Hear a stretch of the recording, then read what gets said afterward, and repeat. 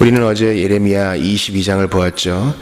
예레미야 22장에서도 우리는 심판 중에서도 인자하신 주님의 말씀, 그리고 애달픈 마음으로 심판을 선언하시는 주님의 심정을 보았습니다. 주께서는요, 지금 이제 시드기야가 아주 궁지에 몰렸을 때에도 너 지금 회개도 안 하고 예레미야한테 찾아가는구나. 그러나 다시 한번 기회를 주지. 지금이라도 정의와 공의를 행하라. 무지한 피를 흘리지 말아라. 그게 여러분 왕이 할 제일 큰 일이에요. 오늘 이제 그 메시아 예언이 나오는데, 메시아가 하는 가장 큰 일이 바로 이 정의와 공의를 행하는 일입니다. 오늘 23장에 그 여호와의 예언을 보세요. 5절 보세요. 여호와의 말씀이니라. 보라, 때가 이르리니 내가 다윗에게 한 의로운 가지를 일으킬 것이라. 350년간의 다윗 왕조가 다 끝났지만 이 완전히 민둥산이 돼버린 그루터기에서 주님이 새로운 가지, 새로운 싹을 일으킬 것이라 그랬어요. 그러니까 인간의 왕조는 끝났지만 주님이 그 약속을 이은 새로운 왕, 다윗의 후손, 그 혈통에서 이제 우리가 마리아는 솔로몬의 형제인 나단의 그 후예라고 했잖아요. 또 성령으로 잉태되었고 온전한 하나님이자 온전한 인간이신 메시아가 날 것인데, 그는 왕이 되어 지혜롭게 다스리며 세상에서 정의와 공의를 행한다 했어요. 이 정의와 공의를 행하는 거, 그러니까 그 안에는 사랑이 가득해, 인자와 긍휼이 가득해. 그리고 그의 손가락으로는 정의를 행해요. 정의를 행한다는 것은 뭡니까? 우리 같은 사람, 죄 많은 사람은 정의를 기대할 수 없어요. 그러니까 이 정의의 시행에 대해서 신약의 또 렌즈가 필요하죠. 이 왕은 고난당한 종이기 때문에 그의 백성들의 죄책을 뒤집어 쓰셔가지고 대신 죽임을 당하사 부활하셨고, 그를 왕으로 인정하고 믿는 모든 자에게 그 자신의 의로움을 덧입혀 주시사 이제 정의와 공의의 시행에도 살아남고 영접받고 복받는 자를 만드셨어요. 반면에 이 정의와 공의 앞에서 끝까지 왕을 인정하지 않는 자는 벌을 받을 것입니다. 우리 그런 이제 신약의 렌즈를 항상 견지해야 되겠어요. 그러면서 우리 어제 살룸과 여호야긴에 대해서도 봤습니다. 이들은 다 한 가지로 정의와 공의를 행하지 아니하고 선왕들, 요시아와 다윗을 비롯한 여러 선왕들의 길을 따르지 않았습니다. 여러분, 우리가 어제 너희는 내 아버지, 그죠? 내 아버지, 너는 내 아버지와 같이 하지 않았다라는 것을 잘 새겨봐야 돼요. 우리 과거의 선배들, 우리 신앙의 선배들 말이에요. 우리처럼 부족한 분들도 있었지만 탁월한 분들은 또 얼마나 많았습니까? 근래 오늘의 교회에서 하면서 길선주,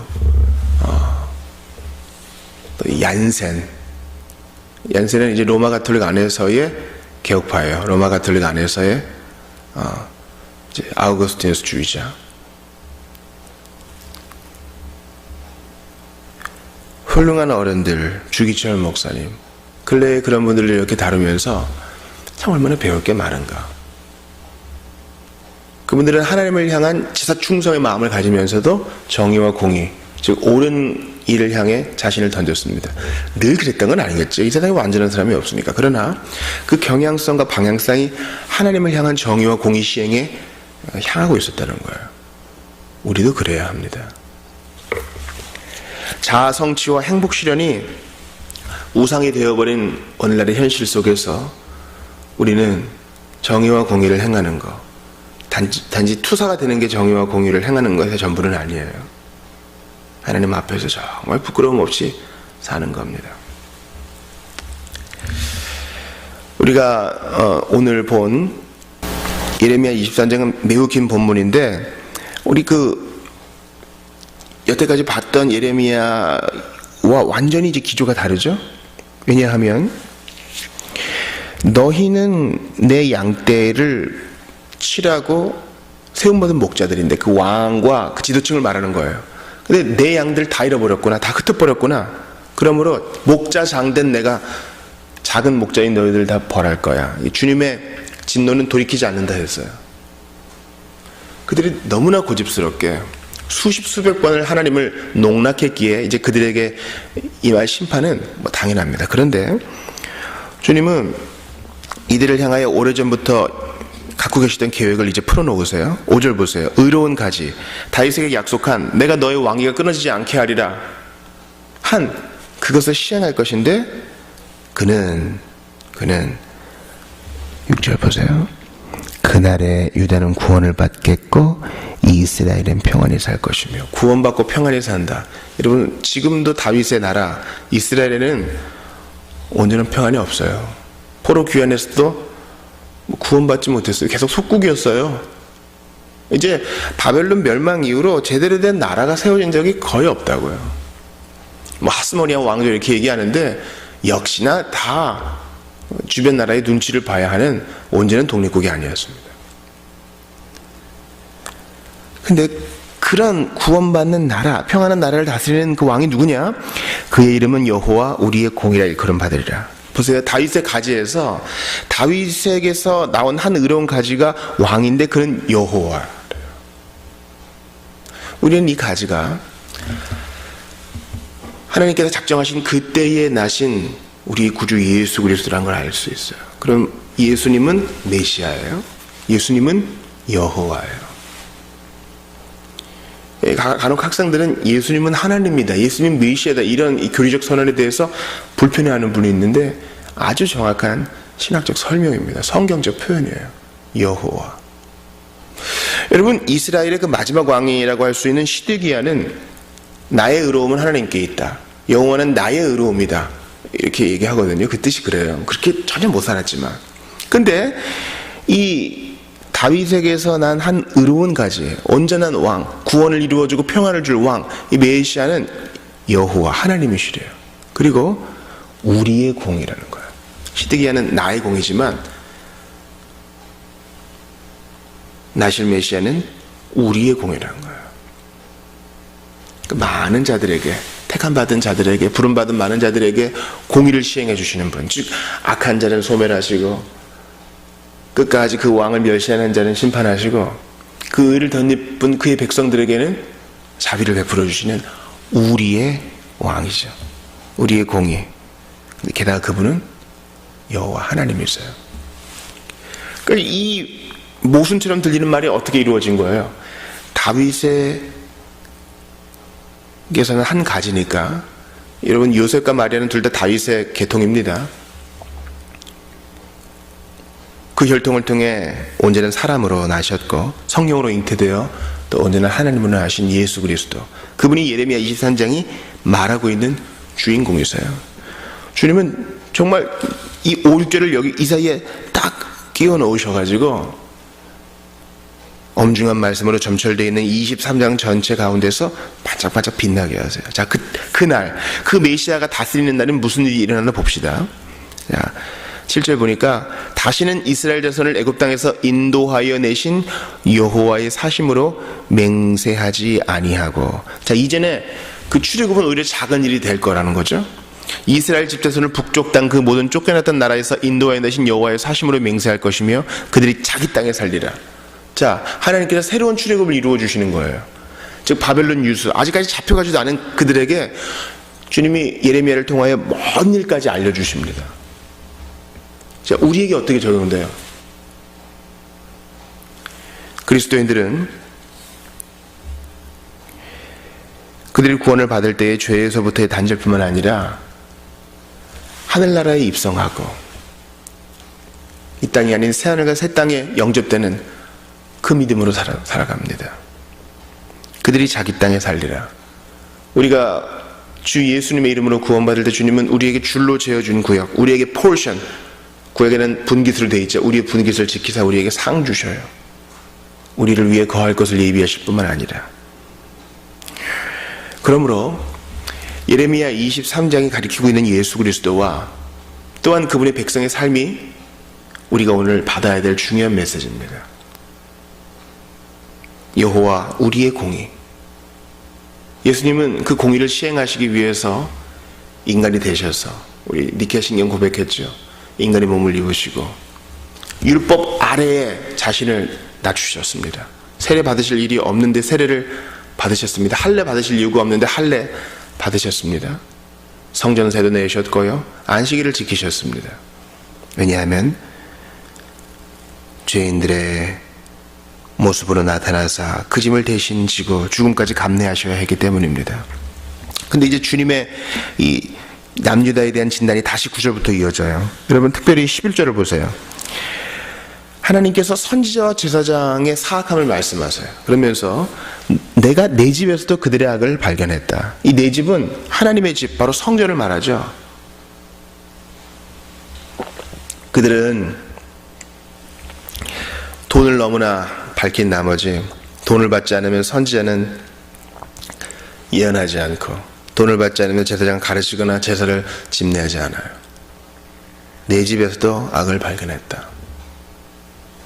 어제 제가 저녁 일과를 교회에서 좀 보내는데 저희 아내가 연락을 합니다. 지금 뉴스룸에서 세습한 교회의 사태를 얘기하는데 뭔가 큰 비리가 발견된 것 같다. 너무나 부끄러웠습니다.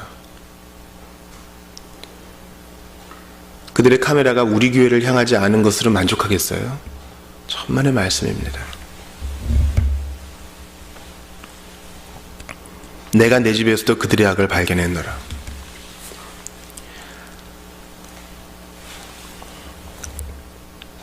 그리스도의 삼중직은 신자들에게도 이어집니다. 그리스도께서 왕과 제사장 선지자로서 온전한 사역을 이루셨으니 우리도 그분의 뒤를 따라가는 자로서 왕처럼 우리가 있는 일터에서 영향력을 발휘하고 가정에서 영향력을 발휘하고 선지자처럼 하나님의 말씀을 증거하고 제사장처럼 하나님께 우리의 몸을 살라드리며 산제사로 드리며 다른 이들을 죽게 중매하기 위해 애써야 되는 것입니다. 화해시키기 위해 애써야 되는데 그렇게 안 하고 악을 해먹는 거예요. 악을 저지르는 거예요. 하나님의 집에서. 그리고 계속 합리화해요. 우린 다르다. 우린 다르다. 우린 다르다. 천만의 말씀. 멸망을 향해 가는 남녀와 다르지 않아요. 그리고 우리도 얼마든지 그럴 수 있는 존재라는 것을 인정하면서 오늘도 예수님 옷자락을 붙들어야 됩니다. 주여, 걔도 주인의 밥상에서 떨어지는 것을 먹습니다. 그런 겸손한 마음으로.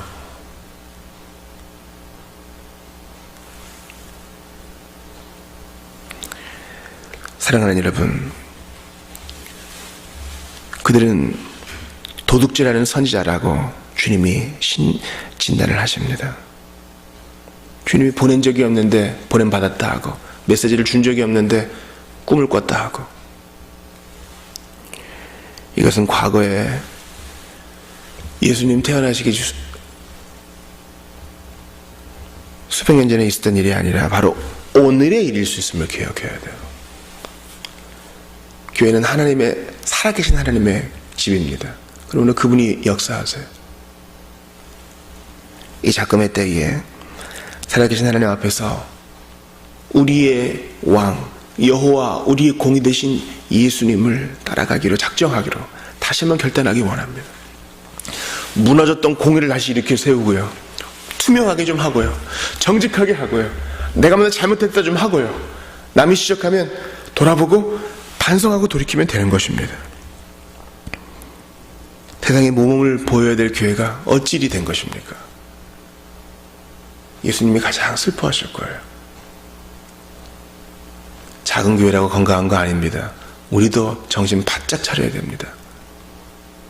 주님은 아무 대안 없는 그들에게 내가 다윗에게서 약속한 그 언약 이루어주마, 한 가지를 이루어주마, 한 나무도 아니에요. 연약해 보이는 그 가지, 그 싹을 통해 새로운 일을 이루어주마. 그는 작은 나뭇가지 안에 불과해 보이지만 온 세상을 공의로 심판하고 공의로 다스리고 그의 백성을 공의 안으로 들어오게 할 유일한 구원자다. 주께서 말씀하십니다. 그 의로운 가지는 죽음과 부활을 그리고 승천을 통과하여 지금은 큰 나무가 돼요. 그 나무 그늘을 지금도 들이우십니다. 그 그늘 안에 숨는 자는 살 것이요,